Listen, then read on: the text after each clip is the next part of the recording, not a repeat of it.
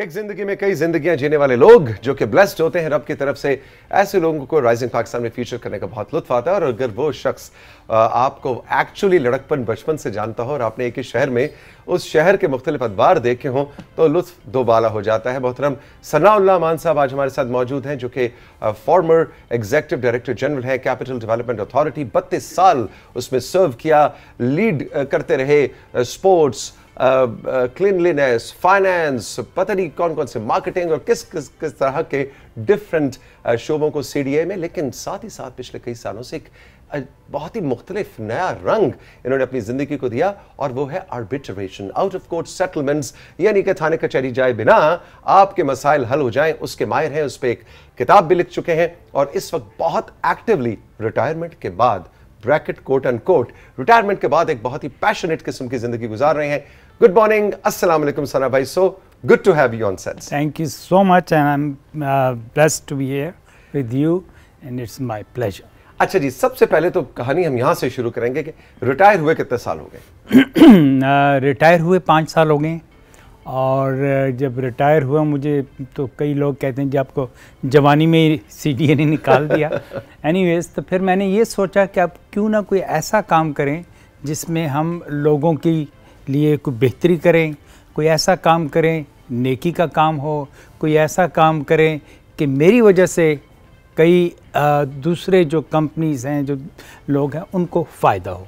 तो that's why I started arbitration between the companies, and this is actually to resolve the disputes outside the court. ठीक है। इस वक्त हमारा जो निज़ाम है, जुडिशल निज़ाम है, जो वो चौक हो चुका हुआ है। वहाँ पे केसेस एंड तारीख़ें।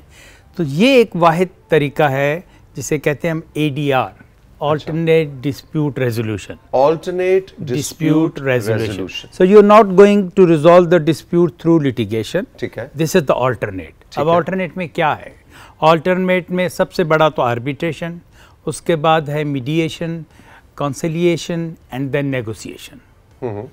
तो जो negotiation है वो तो दो parties मिल के आपस में बैठ के करते हैं. We'll just help them. जो mediation और conciliation में उसमें एक mediator, third party, help them to settle their dispute. ठीक है। सिर्फ मीडिएट करा दिया। ठीक है। और वो किसी दो शख्स के दरमियान हो सकता है, सिबलिंग के दरमियान हो सकता है, हस्बैंड एंड वाइफ के दरमियान हो सकता है, वगैरह। दो इदारों के दरमियान हो सकता है। अदारे फिर आगे फिर अदारे आ जाते हैं। जबकि आर्बिट्रेशन जो है it's a full fledge judicial process. उसमें जो आर्बिट्रेटर होता है ही एक्ट एज ए जज। तो उसके पास जो दो कंपनीज या गवर्नमेंट एंड द कंपनीज वो आते हैं, कैसे आते हैं कि वो दो पार्टीज का डिस्प्यूट होता है and then they come to they select their जज हु इज आर्बिट्रेटर। अब या वो खुद करते हैं और या फिर कोर्ट में जाते हैं और कोर्ट सेलेक्ट करता है हमें।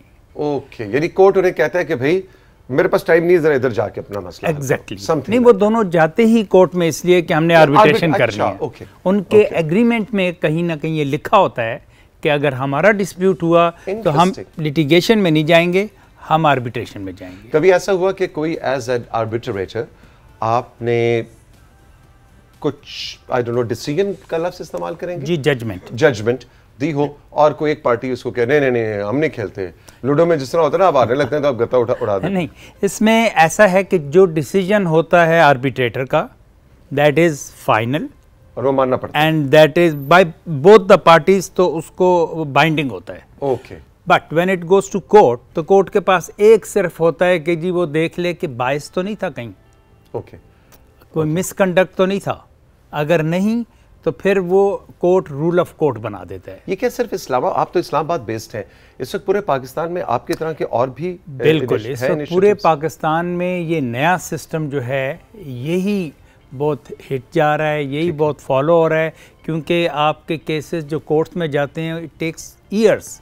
हम जो है 5-6 महीने में, 7 महीने में डिसाइड करके कोर्ट में भेज देते हैं। और ये मतलब बड़े छोटे हर तरह के इलाकों, शहरों में ये चीज़ ये हर जगह, जैसे आप कह रहे हैं कि बड़े छोटे इलाकों में, तो गांव वगैरह में तो पंचायत टाइप चीज़ें होती हैं, वहाँ होता है। लेकिन for the big companies, for the international companies, they don't want to go to the court, ठीक है, कचहरी जैसे आपने कहा, पुलिस साइड उधर नहीं जाना चाहते, ठीक है, क्योंकि उनकी एक रेपो होती है, वो नहीं चाहते कि हमारा जो CEO है वो जनाब वहाँ हॉलैंड से आके और इधर कचहरी में चला जाए. They don't want that. So that's why they want to resolve their dispute through arbitration. किसी कंपनी का, किसी इदारे का नाम लिए बिना, किसी फर्द का, इंडिविजुअल का नाम लिए भी बिना, कोई मुझे ऐसा केस बताइए जो आपने आर्बिट्रेशन उसकी की सुनाया, you really feel good about it कि यार ये कितना बड़ा कॉन्फ्लिक्ट था और इसको मजीद कॉन्फ्लिक्ट बनने से बचाया गया और आपके लेवल पे वो चीज़ सेटल हुई. कोई एक वाकया. One of our provincial province, ठीक है, उस पूरे प्रोविंस का वाटर ट्रीटमेंट प्लांट्स बनने थे. ठीक है, ठीक है, और बड़ा अच्छा डिसीजन था कि जी हर डिस्ट्रिक्ट में, ठीक है, बनने चाहिए. एक इटालियन कंपनी आ गई और उसने वो काम शुरू किया. इन्होंने उनको वो जगह प्रोवाइड करनी थी कि स्पॉट्स के कहाँ कहाँ करने हैं. ठीक है, और with that they have to provide the electricity, with that they have to provide the water. तो हर वो जगह, हाँ हर जगह. अब वो काम अगर उस एक साल का टाइम था, एक साल नहीं तो 2 साल में हो जाता तो पूरे प्रोविंस के हर डिस्ट्रिक्ट में वो पानी मिल जाता. एक वाटर फिल्ट्रेशन प्लांट लग जाता. और वो इलाके ऐसे हैं जहाँ दूर दूर तक पानी का वो ही नहीं था, ड्रिंकेबल वाटर नहीं मिलता, पोर्टेबल वाटर नहीं मिलता. मसला क्या हुआ? मसला यही हुआ कि वो आपस में छोटी छोटी बातों पे झगड़े और फाइनली उस गवर्नमेंट ने कहा नहीं हम नहीं करते इनके साथ. उन्होंने उनको टर्मिनेट कर दिया. वो कोर्ट में गए, कोर्ट से टर्मिनेशन वापस हुई और इस बात को हो गए अब 7 साल.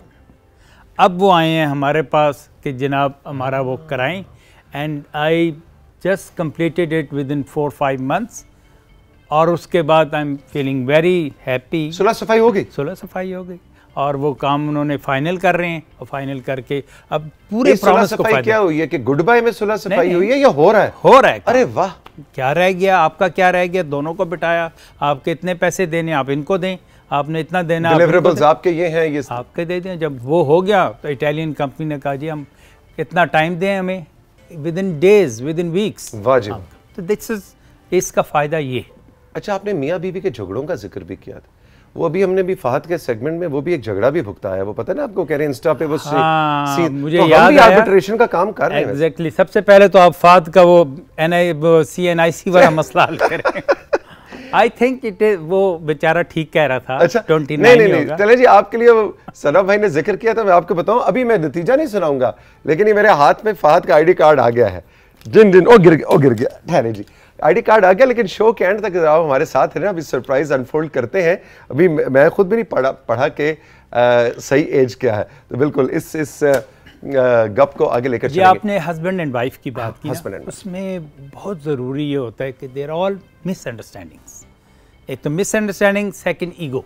आपने कभी किया ऐसा कोई? बहुत किए और बड़े मामूली केसेस होते हैं. एक आई थी खातून हमारी पास, नाम नहीं लूँगा, और उसने कहा जी कि माय न्यू हस्बैंड जिससे मैं शादी करने जा रही हूँ वो ये है, और जो मेरा पहला हस्बैंड है उसका ये नाम है, और मेरे बच्चे पहले हस्बैंड के पास रहेंगे, मैं डेली जाया करूँगी उनको ट्यूशन पढ़ाने के लिए.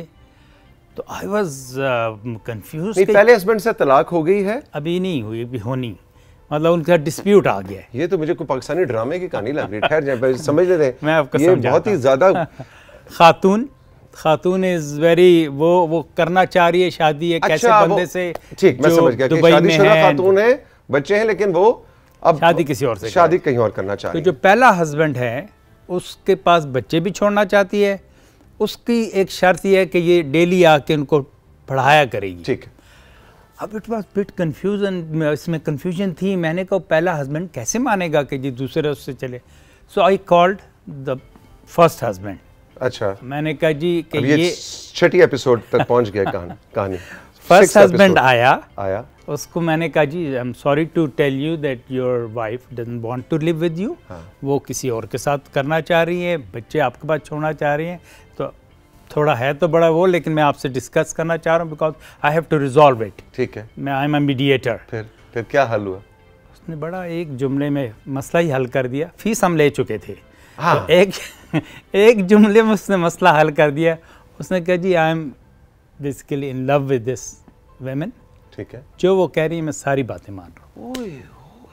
मैं हैरान हो गया कि यार ये क्या हुआ है, लेकिन तो ड्रामा सुपर हिट है, लेकिन हमारी मीडिएशन वहीं ख़त्म हो गई। आपकी विद इन 1 डे फीस हम ले चुके थे, with in 1 day mediation was closed end वो उसने डाइवोर्स ले ली, वो उधर चले गए। तो ये और सब हंसी खुशी रहने लगे और ड्रामे की रेटिंग चली गई इतने ऊपर। वही अब ये मैं बात ये कर रहा हूँ कि जब हमारे पास आते हैं मीडिएटर के पास, तो वो मेंटली तैयार होते हैं कि हमने आपस में सुलह कर। ठीक, अच्छा सना साहब, ये बहुत ही जिंदगी का आपका एक दिलचस्प चैप्टर है जो आज आपने हमारे सामने अनफोल्ड किया, और मेरा ख्याल है आपको खुद भी यूथ में नहीं पता होगा कि जिंदगी के एक स्टेज में जाके मैं एक लाइफ का ये एंगल भी ले रहा हूँ। लेकिन मैं थोड़ी सी बात करना चाहूँगा उस सना के बारे में जिसको मैं साल हर साल से जानता हूँ, और सीडीए के अंदर you have been one of the most passionate officers I would say, और इस्लामाबाद के पार्क्स, ख़ासतौर पे स्पोर्ट्स की फैसिलिटीज़ के अंदर जो आपका कंट्रीब्यूशन है और आपके दूसरे कॉलीग्स का भी वो काबिल दीद है, और आज भी हम पुराने इस्लामाबादी जो है उसको एक्नॉलेज करते हैं। ये बताइए कि सरकारी नौकरी के अंदर ये क्या चक्कर होता है कि वही सनाउल्लाह मान है, वो कभी फाइनेंस को हेड कर रहा होता है, कभी स्पोर्ट्स फैसिलिटीज़ लगभग, कभी सैनिटेशन और क्लीनलीनेस, तो ये कैसे, मतलब आप हर चीज़ के माहिर होते हैं? जो आपने पहला लफ्ज़ इस्तेमाल किया पैशनेट, दैट्स द थिंग। अगर पैशन है आपके पास तो आप सारे काम कर सकते हैं। मैं आपको छोटा सा वाक़या काबिलियत भी तो चाहिए कि फाइनेंस के लिए अलग तो हर जो ऑफिसर आ रहा है या बाहर से आ रहे हैं वो काबिल तो है, ही इज़ इंजीनियर, ही उसने कुछ और भी किया होगा, MBA भी किया होगा, नॉलेज भी होगी, सब कुछ होता है, लेकिन लोग बिल्कुल अपने वो लगे बंदे जो तरीक़ाकार है ना, वो अपना टाइम पास करते हैं, डेली आए सैलरी ली। मेरे जैसे कुछ सरफिरे होते हैं, वो कहते नहीं जब इस फील्ड में आए हैं तो इसमें कुछ करना है। ठीक है। तो एक ऐसा टाइम आया कि ड्यू टू सम रीज़न उन्होंने मुझे, मैं I was member engineering with additional charge of member environment, यानी सीडीए के 10,000 में से 6-7 हज़ार लोग मेरे अंडर थे विद 6 DGs। तो एक दिन मुझे कहा कि जी हम आपको इस सीट से हटा रहे हैं। ठीक है। मैंने कहा ठीक है जी, एक से हटा रहे नहीं, उन्होंने कहा दोनों से हटा रहे हैं। ठीक है। ठीक है जी, अब क्या करना है कि जी उन्होंने ढूंढा कोई ऐसी सीट निकालें कि ये कुछ अरसे के लिए सीडीए छोड़ के चला जाए क्योंकि वो कोई इंक्वायरीज जिसमें वो लोग फंस रहे थे तो वो चाह रहे थे ख़त्म हो जाए। तो they made me executive director general, एक नई सीट निकाली, training academy, CDA training academy. उसमें भी जाके आपने, तो एक दिन तो मैं थोड़ा सा जरा सनाउल्लाह मान के पैशन जो वहां भी नजर आने लग गया। मैंने कहा ये तो बहुत अच्छा काम है, एटलीस्ट जो यंग जनरेशन है उनको, मैंने कहा जी 2 मेरी शर्तें हैं। एक तो मैं किसी स्टूडेंट से, किसी यंगस्टर से फीस नहीं लूँगा, ठीक है। दूसरा सर्टिफिकेट देंगे सीडीए के उसके ऊपर। तो किस चीज़ की ट्रेनिंग होती थी? आई स्टार्टेड विद लीडरशिप, फिर मैंने अपना communication and then you know management, behavioural change.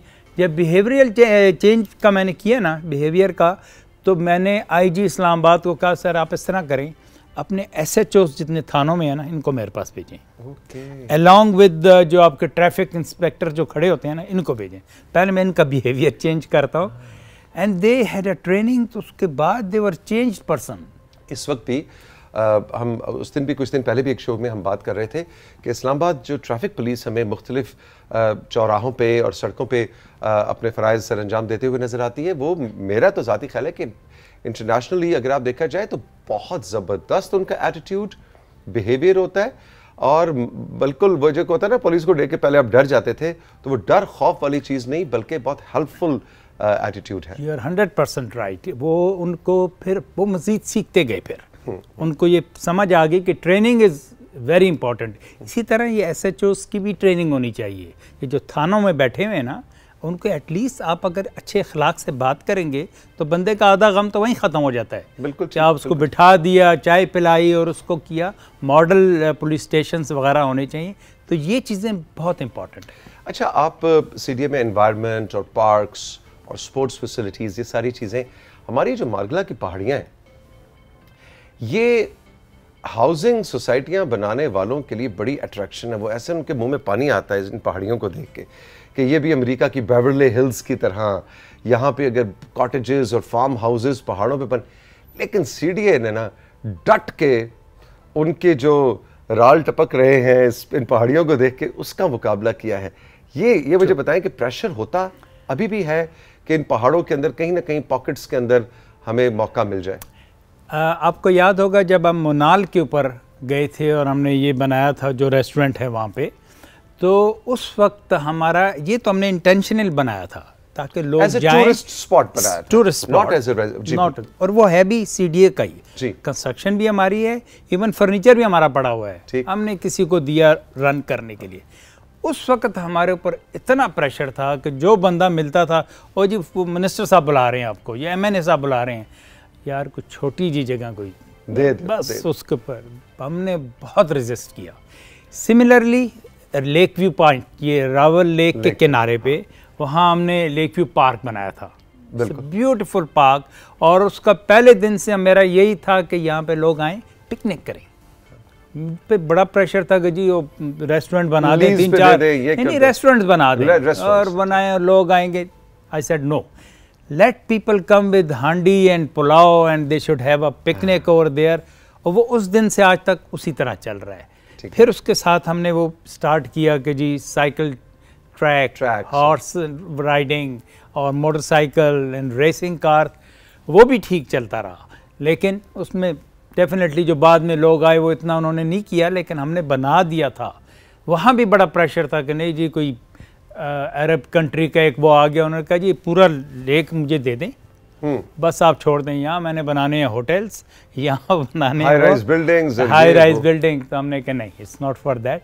वैसे तो दुनिया में आप कहीं भी जाएं तो पानी के किनारे पे जो जगह होती है, that is the best place for recreation, कि वहाँ पे बनाएं। लेकिन हमने लेक व्यू पार्क में बड़े अच्छे तरीके से स्पोर्ट्स से रिलेटेड चीज़ें की हैं जिनको मज़ीद अब आगे जाना चाहिए था। क्या आप समझते हैं कि पाकिस्तान में रिटायरमेंट एज 60 साल से बढ़ जानी चाहिए? बिल्कुल बढ़नी चाहिए, बिकॉज़ मैंने ये फ़ील किया, बल्कि अब मैं अपने आप को ज़्यादा एनर्जेटिक फ़ील कर रहा हूँ, I am still full of energy. तो मुझे ये फ़ील हुआ कि क्यों मुझे इतना पहले वो कर दिया। लेकिन मेरे लिए तो खैर अच्छा हुआ कि मैंने फिर और चीज़ें सीखनी शुरू की। नहीं, वो तो पर्सनली तो कहलाता है। लेकिन otherwise it should not be that. Age should be with the medical and physical health of that person. Okay, अगर वो मेंटल कि जी अगर वो आपके वो क्लियर कर जाता है, आपका इंटेलिजेंट टेस्ट, आपका हॉस्पिटल से रिपोर्ट कि जी is perfectly all right, let him go. क्योंकि मैं समझता हूँ सना भाई कि वो 60 साल तक पहुँच के जो उसको जो पूरा एक्सपीरियंस और मैच्योरिटी, जो कहते हैं ना उड़ती चिड़िया के पर गिन लेना, वो जो मैच्योरिटी एक इंसान के अंदर आती है जब आप 60 टच करते हैं, और उसका फ़ायदा अगले 5 साल हुकूमत, इदारा, वो शहर, वो जो हासिल कर सकता है, उसको हम लूज़ कर जाते हैं। बिल्कुल लूज़ कर रहे। अब शायद एक वो मैंने उस दिन पढ़ा था कि ये कह रहे हैं कि जी age 65 and for the big कोई अच्छी पोस्ट है उनको देना चाहिए चांस। ये गवर्नमेंट का काम है कि आप उसको, आपकी वाली बात कि ज़ाया कर रहे हैं, वो एक क्रीम है आपके पास। जिन होता क्या है, रिटायर हुए अपने गांव चले गए और जी ज़मीनों का वो काम वो करने हैं, तो ज़ाया हो गया, हमारा वो टैलेंट ज़ाया हो गया। या वो बैठे हुए रिटायर और कुछ नहीं कर रहे, तो उनको बिल्कुल चांस देना चाहिए। गवर्नमेंट को चाहिए कि ऐसी सीटें रखें जो ये लोग करें। बेशक उनको या ऑप्शनल भी किया जा सकता है, ऑप्शनल भी किया कि कोई 60 पे एग्जिट लेना चाहता है तो ले, लेकिन अगर कोई 65 तक खुद समझता है कि मैं पैशन के साथ करना चाहता हूँ, इसको ऑप्शनल। वेस्ट के तो बहुत से ममालिक के अंदर बिल्कुल आप देखें go till 70 और 65 तो बिल्कुल आम, 65 तो आम सी बात है, आम सी बात है। शायद इसकी एक वजह ये भी है सना साहब के हमारे मुल्क में अब पॉपुलेशन का बबल बर्स्ट हुआ हुआ है, इतने ज़्यादा इंसान हैं, जॉबलेसनेस है, नीचे से जो आ रहे हैं यंगस्टर्स, उनमें होता है अच्छा जी 60 साल दे बाबा जी नू ते मैडम नू घर भेजो ताकि नए लोगों को हम रिक्रूट कर सकें। शायद ये भी है, this is one of the reason. लेकिन आप बड़ा अच्छी क्रीम को जो है ना आप ज़ाया कर देते हैं, वो नहीं होनी चाहिए। Very true. When you look back, what is the regret of your life? I think I have no regret. मैं बड़ा खुश हूँ, पीछे देखता हूँ तो मैंने सीडीए की जिस महकमे में भी काम किया, एक तो उसको बिल्कुल अपने ऊपर लिया, whether it was sports, whether it was engineering, water supply. एक ज़माने में मैं था तो रात के 2-2 बजे तक और लोगों के वो आती थी टैंकर भिजवा दे। तो मैं उसको थॉट कि आई एम ब्लेस्ड कि लोग मेरे पास आ रहे हैं, जिसको कोई प्रॉब्लम है वो मेरे पास आ रहे हैं। वो किया। फिर एनवायरनमेंट का जब टाइम था तो ट्री प्लांटेशन एंड अच्छा, मैं आपको बहुत से ऐसे प्रोजेक्ट्स बताऊं जो मैं करना चाह रहा था और नहीं हुए, जिसका उसका रिग्रेट मुझे है कि नहीं हुए, बट नॉट बिकॉज। देखिए मेरा ख्याल है आप वाली बात के let's see half glass full कि आपने कितना कुछ कंट्रीब्यूट, इस तरह तो वो हम कहते हैं ना जी कि 100 कभी किसी की नहीं आती है ना, 97-98 के बाद कोई ना कोई 2-3 चीजें होती हैं जो आप कहते हैं कि रह जाए। तो I think you should feel blessed as you said it rightly कि जो कुछ आपने कंट्रीब्यूट किया। एक आखिरी चीज, एक चीज हम आपसे नहीं पूछ सके, इस सारे कामों के अंदर आपकी अपनी डिग्री वाइज आपने पढ़ा क्या, यानी असल जो डिग्री हासिल की वो इनमें से किस चीज में? वो ज्यादा इंटरेस्टिंग है। सबसे पहले तो I am a civil engineer. अच्छा, civil engineer. Okay, civil engineer मैंने इंजीनियरिंग की and I reached member engineering CDA who is the head of all construction civil department सारे। तो वो मैंने अपना कंप्लीट किया। उसके बाद फिर मैंने किया एमबीए। ठीक है, एमबीए मैंने फाइनेंस में किया। ठीक है, सो फाइनेंस फिर रिलेटेड वो फाइनेंस वाली पोस्ट, ऑल द थिंग। ठीक है, फिर मैंने लॉ किया। फिर लॉ करके एलएलबी, वो लॉ मेरे अब काम आ रहा है, बिल्कुल बीच में नहीं आया, अब काम आ रहा है। बिल्कुल। देन आई डिड एमफिल, उसमें एचआर स्पेशलाइज्ड। ठीक है, और वो एमफिल भी बताएं किस उम्र में किया? अच्छा, वो जो मैंने आपको एक जिक्र किया था ना कि जब मुझे उन्होंने उधर कर दिया था ट्रेनिंग वाली साइड, ट्रेनिंग वाली, वहाँ जाके मुझे ये फीलिंग आई कि यार ये मैंने जो पढ़ा है दिस इज नॉट इनफ, अभी और पढ़ना है, और पढ़ना चाहिए ताकि मैं औरों को भी ट्रेन कर सकूं। तो एमफिल किस में किया? फिर एमफिल मैंने एचआर में किया, और उस वक्त किया जब मैंने ट्रेनिंग शुरू की। और पीएचडी? पीएचडी में कर रहा हूँ मैनेजमेंट साइंसेज में। अब कर रहे हैं? वो अब कर रहा हूँ, it's almost at the end. तो मेरा ख्याल में कोई रह नहीं गया कुछ भी। तो ये सारा कुछ, लेकिन हर चीज़ हर जगह जगह जगह काम आ रही है। What an inspirational story. हम जो समझते हैं कि भाजी 60 हो गया हुण बस घर बह जाओ जी, बाबा जी रिटायर हो गए, इन बाबा जी, इस यंग बाबा जी की कहानी हमारे लिए इंस्पिरेशन है सना की, कि इन्होंने इस उम्र में आके, रिटायरमेंट को भी कितने साल हो गए जी? 5 साल। 5 साल रिटायरमेंट के बाद ये अब अपनी एकेडमिक एंडेवर्स और पैशंस को परस्यू कर रहे हैं। We are so inspired. Sana भाई, thank you very much for sharing your story with us. लेकिन अब मेरा ख्याल है जाने से पहले वो एक जरूरी काम जो है वो भी हम कर लें कि वो फहद की जो एज है वो हमने बतानी थी। अच्छा जी, सब लोग तैयार हैं? फहद मलिक जिन्होंने अभी हमें ज्वाइन किया, उनको बताते चलें कि जी आज एक साहब ने गालिबन एबटाबाद से, उनका नाम उनका बोल राहील ने एबटाबाद से कहा था कि जी फहद मलिक को जो अपनी स्पेशलिटी में तमगा इम्तियाज मिला 29 की एज में, one of the youngest in Pakistan history, उनको हम जब गूगल करते हैं तो 34 एज आती है। तो तौसीक भाई शनाख्ती कार्ड मंगवाएं और जरा आर्बिट्रेशन करवाएं। आर्बिट्रेशन है ना? अब राहील खान और फहद मलिक की आर्बिट्रेशन होने लगी। अच्छा जी, ओके जी, डेट ऑफ बर्थ है जी, पढ़ दें बस। डेट ऑफ बर्थ है 6 जून 1994।